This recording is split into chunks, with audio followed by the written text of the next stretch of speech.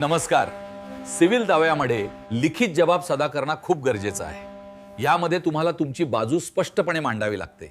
दिवाणी कोर्टामध्ये हिंदू एकत्र मिळकतीचा वाटपाचा दावा दाखल झाला आणि वाटपाचा दावा दाखल झाल्यानंतर त्या वाटपाच्या दाव्यामध्ये आपण जर पार्टी असल आणि पार्टी असल्यानंतर प्रतिवादी म्हणून आपण पार्टी असल आणि प्रतिवादी म्हणून पार्टी असताना त्यामध्ये देणारं म्हणणं हे प्रभावी ठरण्यासाठी आपण काय केले पाहिजे याबाबतची सविस्तर माहिती आजच्या व्हिडिओमध्ये जाणून घेणार आहोत.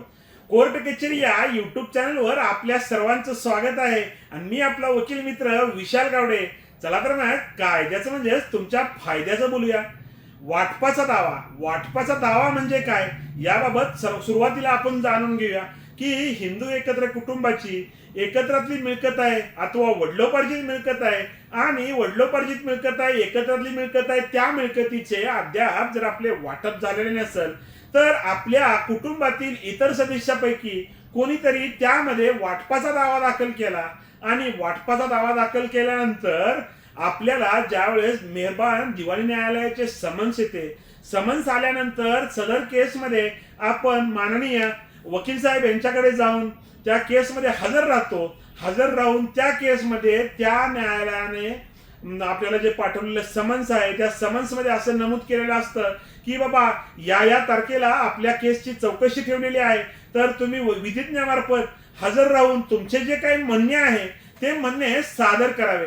तर त्या दिवाणी दाव्यामध्ये म्हणणे सादर करणे म्हणजे काय आणि दिवाणी दाव्यामध्ये म्हणणे सादर करताना ते म्हणणे प्रभावी ठरण्यासाठी काय करावे लागेल याबाबत आजच्या व्हिडिओचा आपण विषय बोलणार आहोत मित्रांनो. तर वाटपाचा दावा दाखल झाला. वाटपाच्या दाव्यामध्ये आपण म्हणणं देत असताना त्यामध्ये कोर्टाला समजण्यासाठी आपण कोणती गोष्ट प्रामुख्याने महत्वाची असते आणि ती प्रामुख्याने त्या दाव्यामध्ये म्हणण्यामध्ये नमूद केली पाहिजे.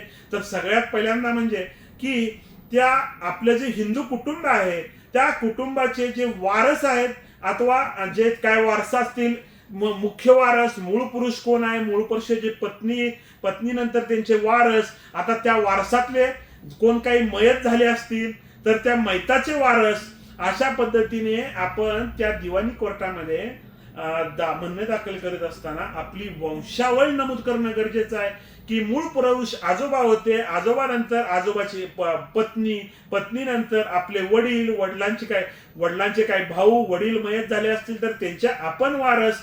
अशा प्रकारे कोर्टाला जी वंशावळ आहे ती सुटसुटीत पद्धतीने आपण त्या म्हणण्यामध्ये नमूद करणं गरजेचं आहे की जेणेकरून आपला हिस्सा किती येतो, आपला वाटपाचा जो दावा वादीने केला आहे आणि वादीने नमूद केलेले प्रतिवादी यांचा प्रत्येकी हिस्सा किती येतो ही त्या कोर्टाच्या जे मेहरबान कोर्ट आहे त्यांच्या लक्षात येण्यासाठी वंशावळ नमूद करणं फार महत्वाचं आहे. म्हणजे वंशावळ नमूद केल्यानंतर कोर्ट आता सांगितल्याप्रमाणे हिस्साबाबत, त्या वादी प्रतिवादी यांच्या नात्याबाबत सर्व गोष्टी कोर्टांना लवकरात लवकर समजतील आणि समजल्यामुळं सदर केसचा निकाल देताना वंशावळीनुसार त्या मेहरबान कोर्टांना हिस्से वाटप करण्याचा लक्षात येईल.